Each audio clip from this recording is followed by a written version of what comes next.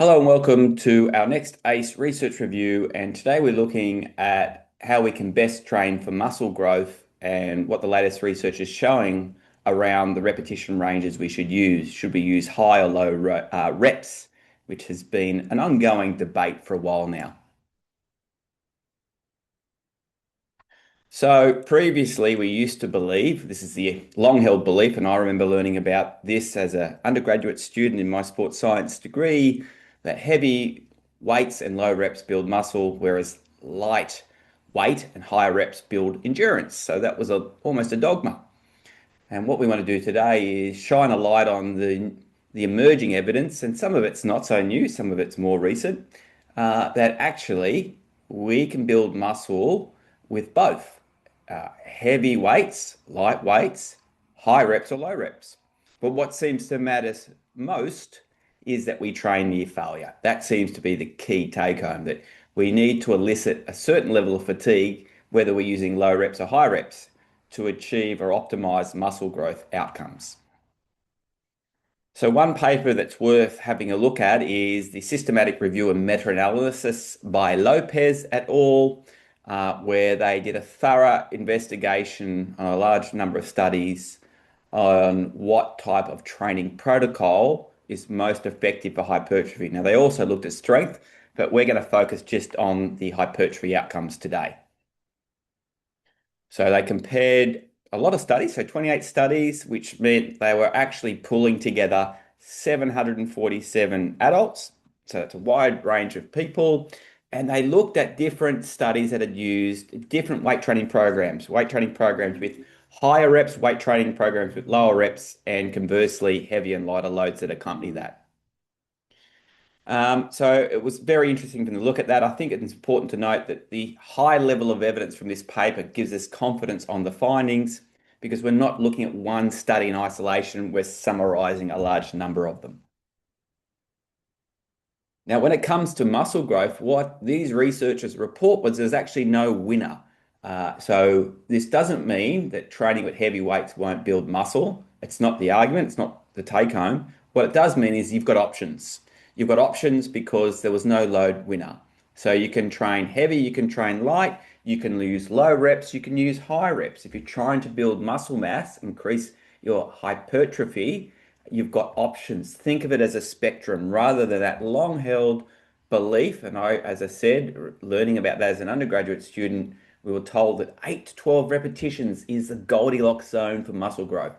So if you're doing a muscle building program, you've got to be working in that rep range. But we no longer think that way, and there's certainly a good body of evidence to challenge that long-held belief. So muscle growth essentially the same regardless of the rep range and the loads, but in terms of strength, which is not what we're really focusing on, this paper did report that heavier loads were more effective in that context. But let's focus in on hypertrophy.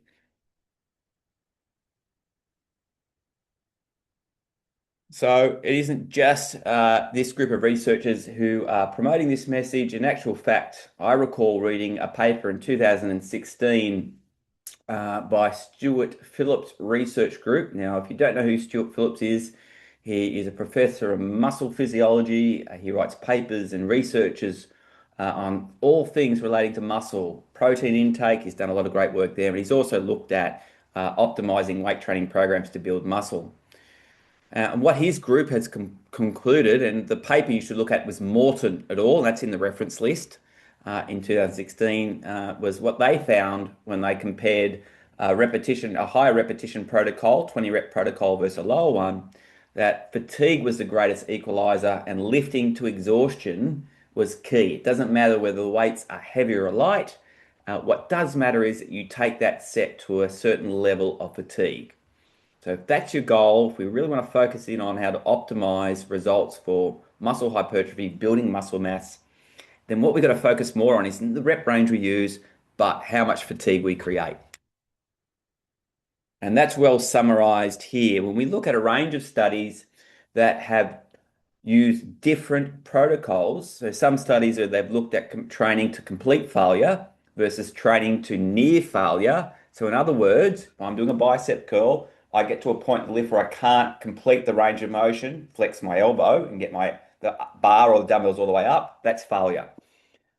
And what they've reported, and again, you'll see these in the reference list, is that we can get very close, if not the same, not always, results when we train near fatigue. So as long as we're stopping at least 3 reps short of failure or fatigue, we can produce pretty decent muscle growth gains.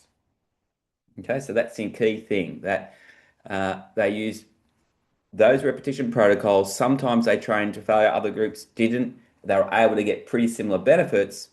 So that's the key take home.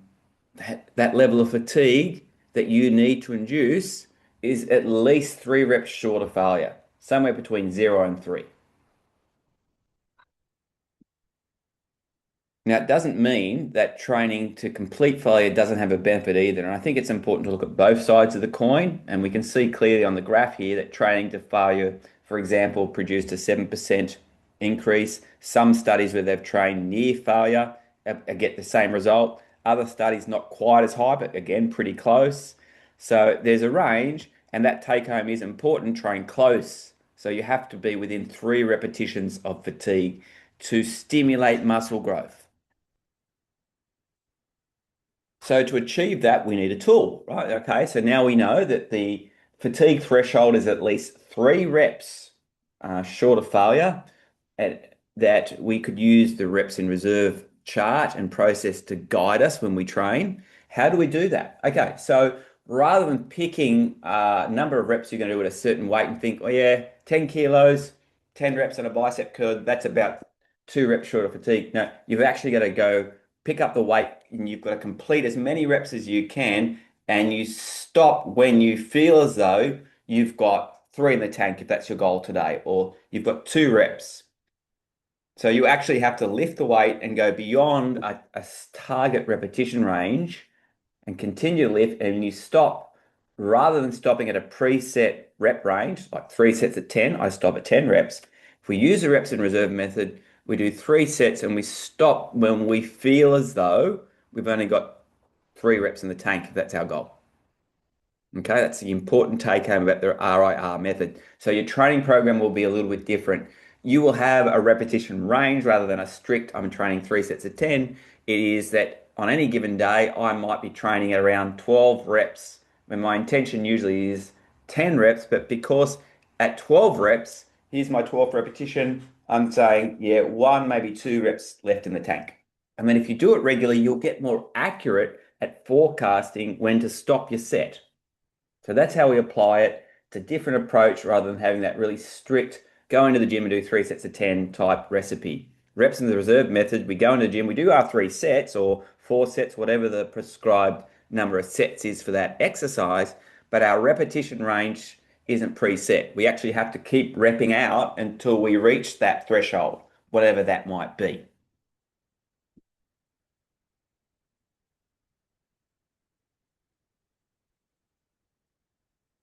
So ultimately, the message is this: whether you're trained or untrained, because all the research has looked at these results in both individuals who were new to training, untrained, who hadn't had a lifting experience, and they've looked at individuals who were trained. The results will vary depending on your training status, but collectively, in terms, failure isn't mandatory for any group. So whether you're a seasoned weight training person who does a lot of weight training, has done a lot of weight training, and you're well trained, or if you're just starting out and you're listening to this, neither of you need to train to failure. It isn't mandatory.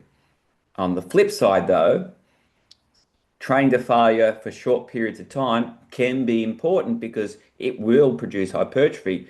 But the compromise is, how much fatigue does that create? If you train to failure every set and every workout, then eventually you'll probably overtrain because you just will run out of recovery. Okay, so the closer you train to failure, the longer it takes to recover.